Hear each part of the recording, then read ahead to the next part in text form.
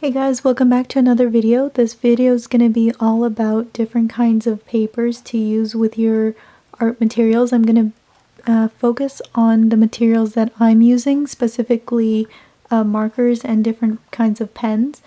And this is also going to be a sketchbook collection video because I thought that since I'll be talking about the paper inside my sketchbooks, I might as well show my sketchbooks all together. So let's get started. Alright, I'm gonna start off by saying the different types of mediums that I like working with on my paper. So the first one is a alcohol-based marker. The second one is a Tim Holtz Distress marker that's water-based, and I love using these for watercolors. The third is a Faber-Castell Pitt artist pen, and these are India ink based. The fourth is a Micron multiliner. And these last two ones are needle point ballpoint pens. They're very, very fine, and I love sketching in them. So papers will react to like different types of mediums differently, and for watercolors, for alcohol markers, they work pretty much on every paper, but you need to be careful of how thick the paper is and how absorbent it is. The same thing with the watercolor markers. Water-based markers tend to tread a whole lot of different kinds of papers, probably around 90%. Even some watercolor papers, the watercolor markers tend to fray a whole lot more on specific types of watercolor papers, so you need to be careful of that. The India ink sort of works the same way as a watercolor marker. It will fray the paper if you lay on too much on an area. But these last few pens work great on any paper really, so you don't really need to be too concerned about which paper you're using to draw or color with microns or like any type of pen. I feel like pens, regular fine tip pens, work on every paper. Alright, so I'm going to start off by testing each of my different mediums on different kinds of paper. So the first one is regular copy paper that you would find at like Staples or something for your printer. The second one is marker paper, Copic marker paper that I found at Michael's. The third one is just regular cardstock that I usually use with my alcohol markers. And the fourth one is some toned craft paper. Alright, so alcohol markers would typically go darker, like the ink will go darker on regular copy paper because it's not smooth enough for the ink to just lay on the surface, so it'll absorb more of the pigment and it'll make it go on darker. So I'll just demo this marker on different papers to show you the different kinds of color that will come out.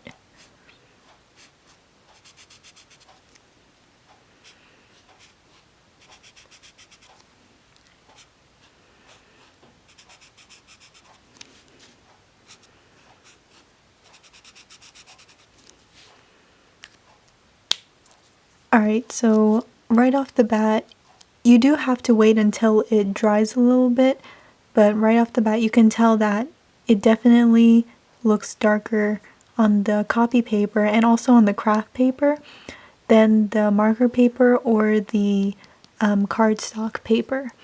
So, and I personally love how it turns out on the cardstock paper, so I usually use that more often than any other type of paper, even though I have regular marker paper. The next one I'm going to demo is my Tim Holtz Distress water-based marker.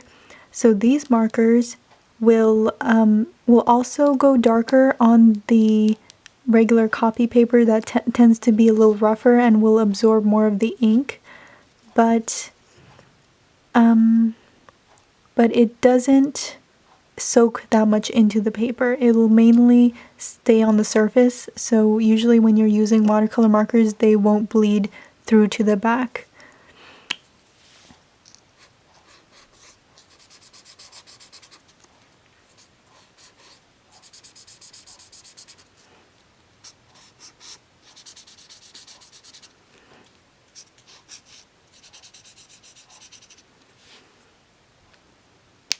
Alright, so you can tell that the water-based marker didn't go on that well on the copy paper, and on the cardstock it actually went better on the this is actually smooth craft paper. I forgot to mention that.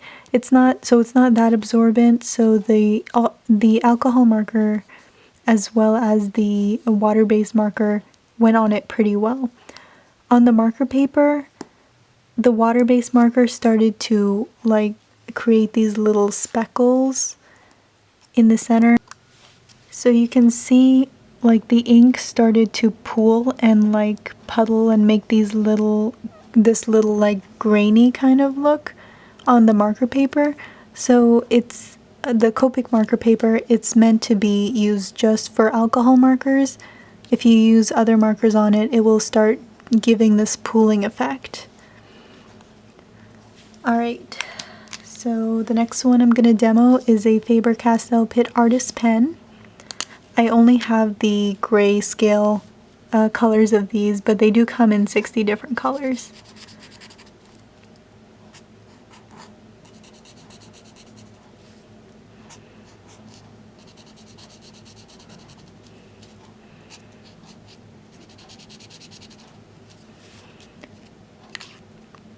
Alright, so again, the pen went a little streaky on the copy paper as well as the cardstock paper. And it started to pool a little. You can see the same grainy effect on the marker paper, but on the craft paper actually went on pretty well. I would definitely, if I'm using these pens, but it did actually, yeah, it did start graining on the craft paper as well. So probably just the cardstock paper if you're trying to use these Faber-Castell Pitt Artist pens. And the last pens I'm not going to demo because, like I said earlier, they work well on any kind of paper. So now I'm going to skip on to just talking about the different kinds of sketchbooks that you can get. I typically don't draw on like separate pieces of cardstock because I would only use that if I would get commissioned or I intend to give the drawing to somebody else. But usually I like working in sketchbooks, and I plan on using them mostly for my mediums. So this is the cardstock that I usually use for my marker drawings and colorings. It's just regular cardstock from Cardstock Warehouse. You can't get more generic than that. And usually whenever I go out, I just look for discount cardstock and I get it. I don't really invest in specialty paper for my markers. When it comes to sketchbooks, I get a little picky. I don't like just the traditional black hardbound sketchbook because I like it to have a pretty cover as well as like evaluating the paper inside. So usually for my sketchbooks I tear out the first page where it connects to the cover because there has to be a way for the text block, I think it's called, this whole like group of pages to connect to the cover. So it's usually connected, the first page is usually glued on, so I just tear it out and with leaving still the little strap that is glued onto the cover so the journal doesn't start falling apart. And I use it to make like test drawings to see how my markers will work. So alcohol markers obviously worked really well on this paper, but water-based did not. So over here I was using my water-based markers to see if it would blend on this paper, but it did not. And it also didn't lay on it that well. You can see over here, I just layered their shirts with one layer of ink for my water-based markers. And I did put in some shadows over here, but I didn't go over this a second time.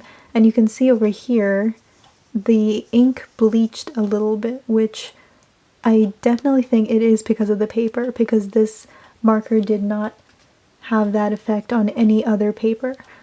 So definitely you should do this before, because if you plan on using your sketchbooks for mainly water-based markers, and then you figure out while you're drawing, making a drawing that you actually really like, and you figure out that it's not working out, then you're gonna ruin your drawing that you spent so much time on. So I definitely recommend using a sacrificial sheet from your sketchbook just to try out the type of mediums that you think will work on it.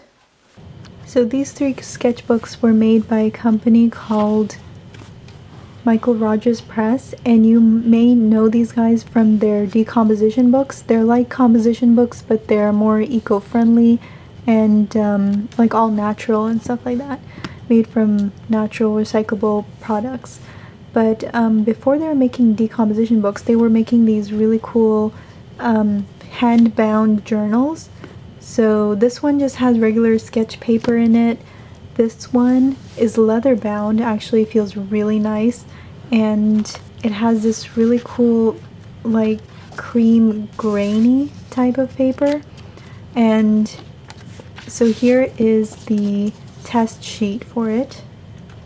Pretty much whatever didn't bleed through was done in water-based markers, and whatever did bleed through was done in alcohol-based. So pretty much her face, his face, and his shirt was done in alcohol-based markers. So I was really surprised to see like the ink lay down really nice and smoothly for the water-based markers, because it's really hard to find a paper that can handle water-based markers that well. And in her hair, I must say that I did layer colors over her hair like 7 or 8 times, and it did not pill or like fray the paper at all. So I was really impressed. This paper can definitely hold a lot of layers of watercolor ink, but it does get like grainy if you just layer down one color.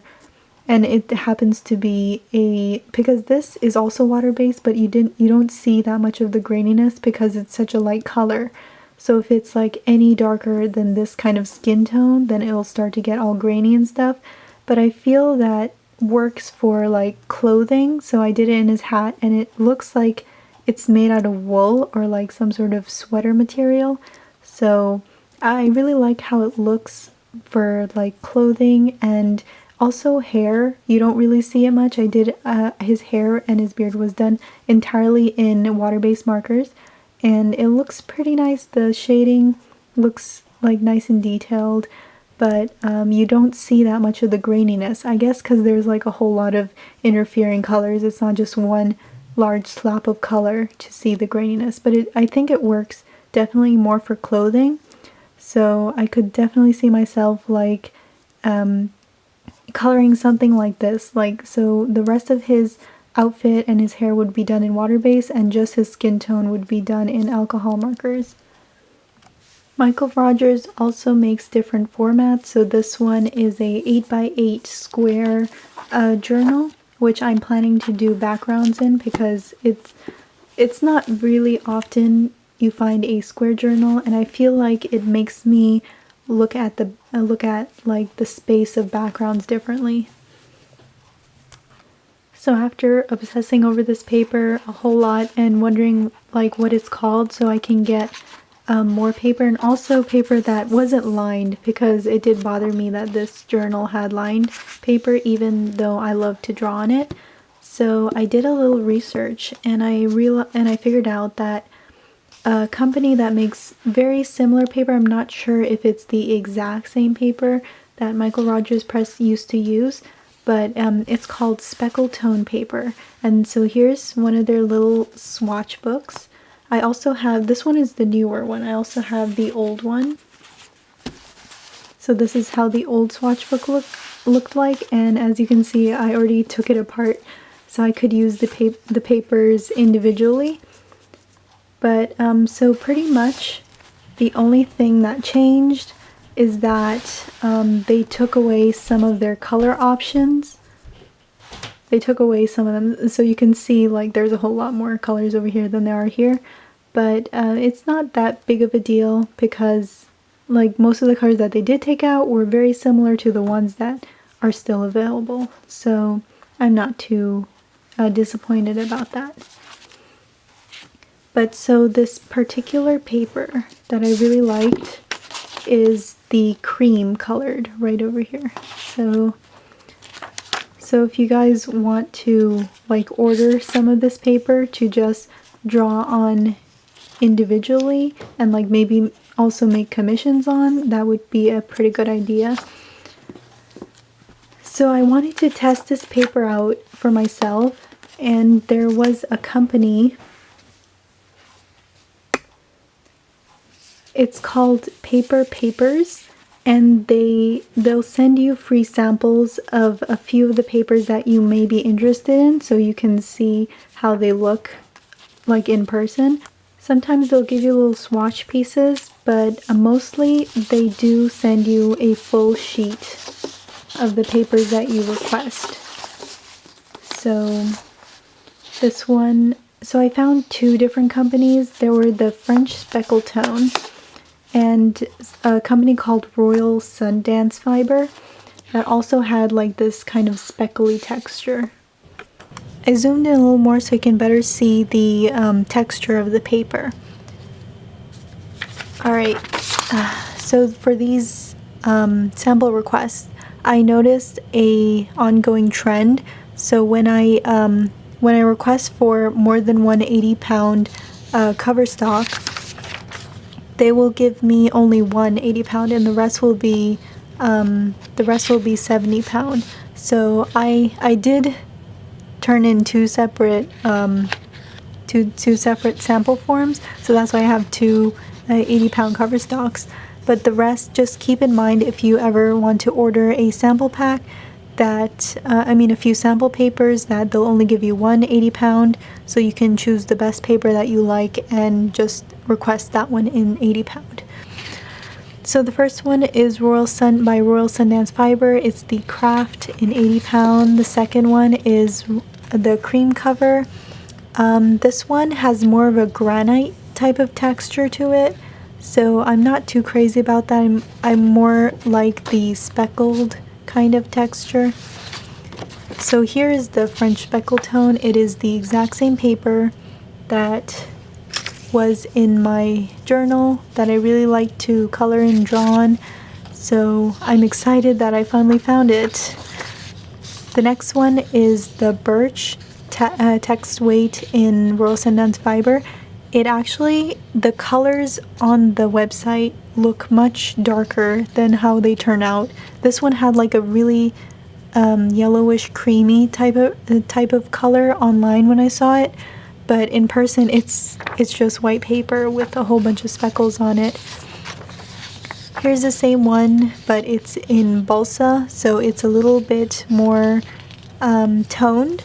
It's not exactly the same as the French Speckle Tone I liked. It's a little more darker, as you can see, and a little more oranger also.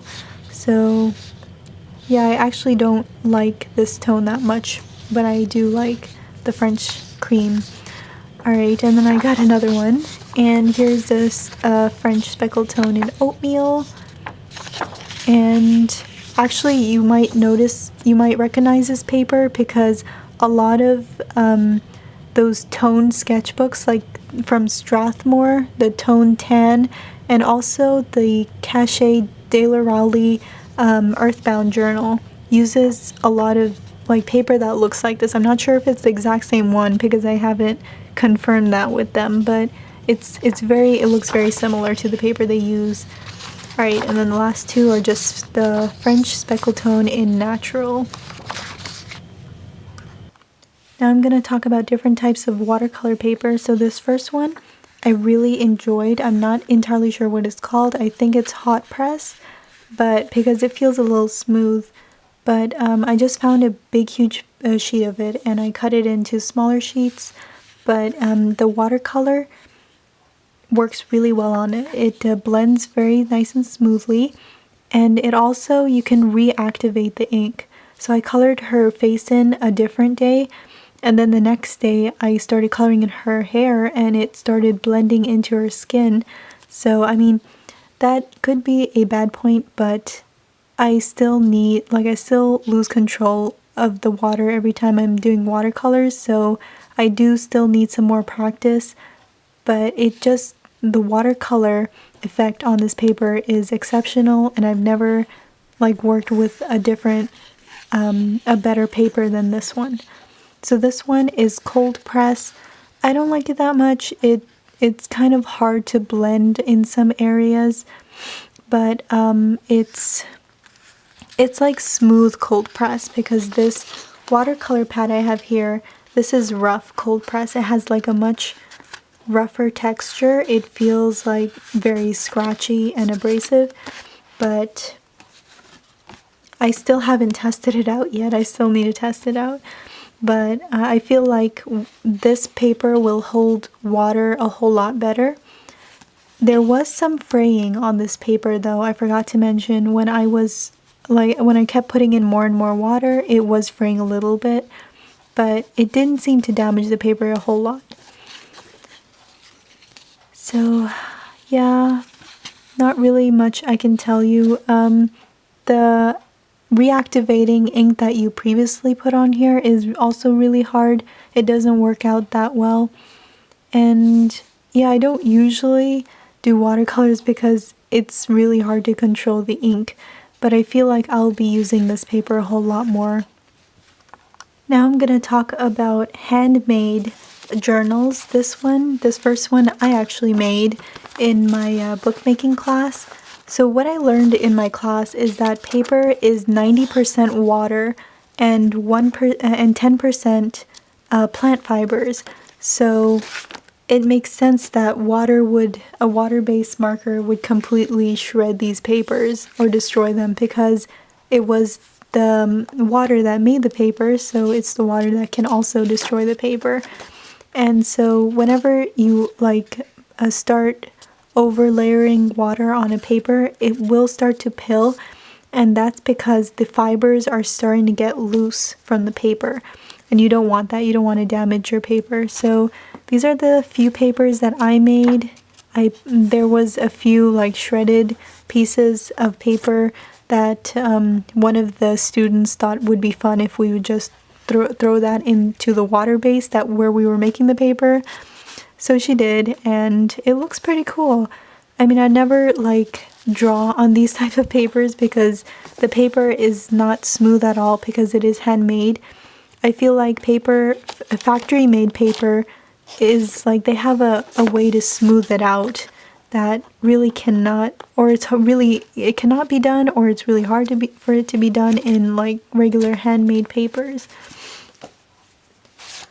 So here's a handmade paper journal. I gave it to my sister and she wrote this stuff, so don't pay attention to that. But so there's actually glitter infused in this paper, which looks really cool. Here is the sample sheet. As you can see, it takes watercolor really well. It doesn't leave graininess in the paper like it did even in my favorite one. It left the places where I colored in with the ink turned out grainy, but on this paper specifically it did not. It went on really nice and smoothly. So I'll definitely be coloring more watercolors in this sketchbook. The only problem is it bleeds through a lot because it's such a thin paper that I do have to put some sort of protection at the back of the paper if I'm using this one. The next one is a banana journal. It's actually paper that's made from banana fibers. So yeah, it even smells like banana, which is interesting. But I really like the speckly kind of texture. It holds watercolor pretty good, but it does get a little grainy, similar to my French speckle tone paper. So yeah, here's watercolor, and this one was done in the alcohol marker.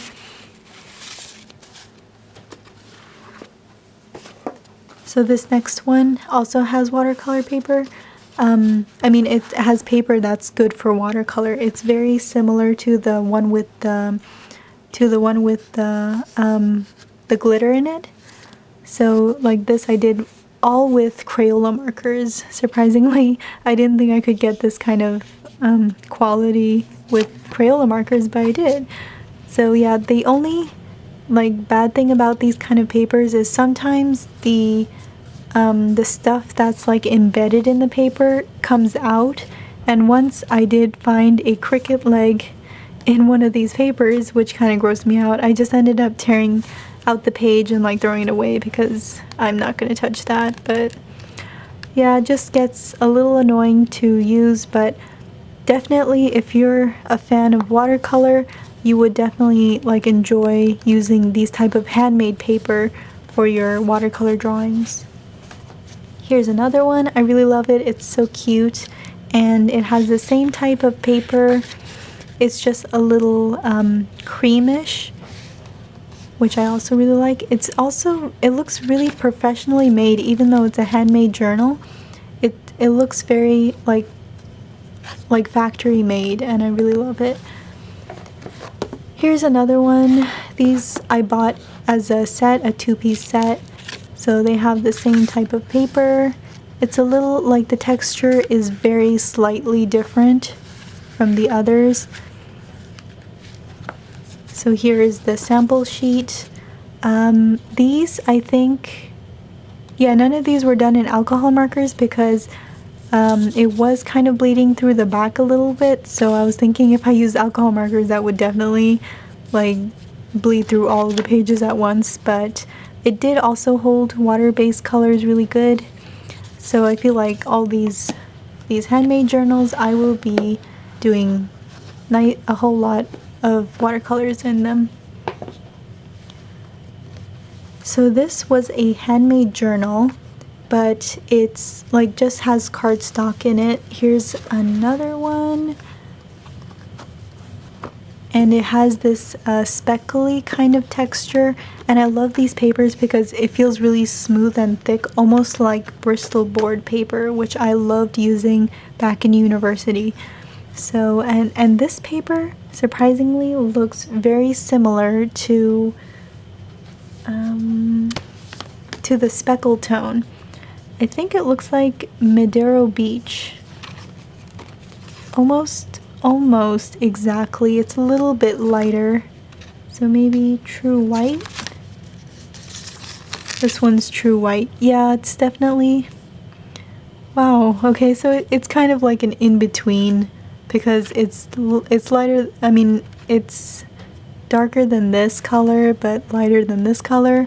So it's an in-between between these two different colors.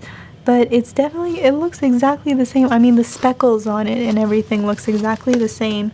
So yeah, if you ever like any type of paper that doesn't come in like a sketchbook form, then you can definitely like order a whole bunch of them, hole punch them, and like combine them into a journal of your own. So yeah, I feel like that's what... I also have another one. I feel like that's what these people did to make these journals. So this one has like a granite type of texture, and I also have, like, I'm not too crazy about this texture because they come in these large types of like packages that are sold at Target, Walmart, pretty much any department store you find out there. So it's pretty common. I also have, so I did a little, this one is a little bluish, but I did a little sample coloring. The watercolor gets a little grainy again, as it does in like 90% of all papers I used. So yeah, I won't be doing watercolors on this type of paper. Probably only alcohol markers on this, as well as my other two handmade books. The only problem is with these handmade books is you're gonna have to find a spring either from another journal that you have or you have to buy, or I don't know if there's a separate place where you can buy just random springs. But yeah, I sort of made this sketchbook. So this sketchbook was this was originally a notebook from C.R. Gibson. I found it at one department store, and I just thought it would be a perfect cover for a sketchbook. So I unscrewed all of the pages from this notebook by like pulling all of these things, and I had this other sketchbook called, well, the company was called Anna Griffin, and the paper I do like. It's not the best for watercolor paper though. So here's a test page. I used alcohol. See here, I used the water-based markers, and it did get really grainy. Over here, I used the watercolor markers, and it did get really grainy, like even more grainy than the other papers that I was using. But alcohol markers do blend pretty good on here. I found out that this paper works very similar to the Copic paper. Actually, it feels like a little bit plasticky, like it won't absorb that much of the ink, and the bleed through isn't that bad. But I mean, it's not as good as the Copic paper, but it also, I mean, the way it laid on the paper, it felt very similar to the Copic paper. So I did love this these type of papers, and so I bought another one. I unscrewed it. I unscrewed all the pages, and I screwed them all in this journal to make it a sketchbook instead of a regular lined notebook. And I think I just really love the cover, so that's mainly why I made this one. This next sketchbook is probably my favorite sketchbook. I call it my Grapefruit Sketchbook because it looks sort of like a grapefruit, but in book form. I just feel like it's the perfect size. It's about the size of my hand, but it's just the perfect size to sketch in. Any sketchbook that's bigger than this, I have trouble filling up the page because I'm always thinking about how am I going to get color over all this paper. So I just feel like this size is just the perfect to draw and sketch in. Here is the sample sheet. I was coloring these in with my water-based markers, and as you can see, it did get really grainy on her shirt and her hair. The color though laid much lighter on here than it does on other paper. So I think it's probably because this paper is like coated with like a smooth type of texture. It feels much smoother than regular papers that are in sketchbooks. But this was made in Italy, and I love how Italian journals have this like creamy yellowish kind of paper. It feels really good, and it makes your drawings look really excellent on here, so I really love this journal. And the last journal is this ugly square one. I really hate this journal. I found it at a yard sale somewhere, but the paper just feels like printer paper, and it's just a little thicker, like maybe 80-pound printer paper text weight. But yeah, there's my line art. And oh, so here's something I didn't show. Alright, so I got this needlepoint ballpoint pen from a discount Asian store, but the problem with it is it's blue, and I wanted a black needlepoint ballpoint pen to sketch in. So I was looking everywhere for a black needlepoint pen, and this pen was the best I could find. It's Oto Slimline in 0.3. The only problem with this pen is it runs a little too smoothly. So with this ballpoint pen, I can get a very thick line, and if I don't press that much, I can get like a fine line and like even a faded line. So I can get a lot of line widths with this pen, which I really love for sketching. The problem with this pen though is that the ink just lays on really smoothly. I can get a slightly thicker line, but if I don't if I try to touch the paper with the least amount of pressure, it just won't give any ink and the ink will start skipping. So I'm not able to get any line widths with this type of pen, which is kind of a bummer. But yeah, so here I did sketches. This was in my my trusty discount Asian pen, needlepoint pen, and this one was in the Oto pen. And as you can see, there's a whole lot more line width differences, and like the sketch just looks in general better than this sketch because there's not a whole lot of difference in line width.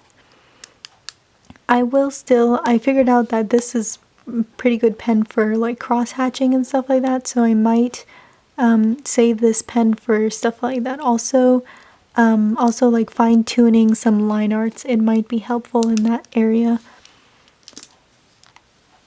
But ballpoint pens don't work well with alcohol ink, and that's because the ink will start to like react with the ballpoint ink, and it will start to like, the marker will just grab it and it will start to stain your drawings and stuff like that. So yeah, I learned that the hard way. But whenever you're coloring in an image, make sure it was lined with either a multi-liner or actually a water-based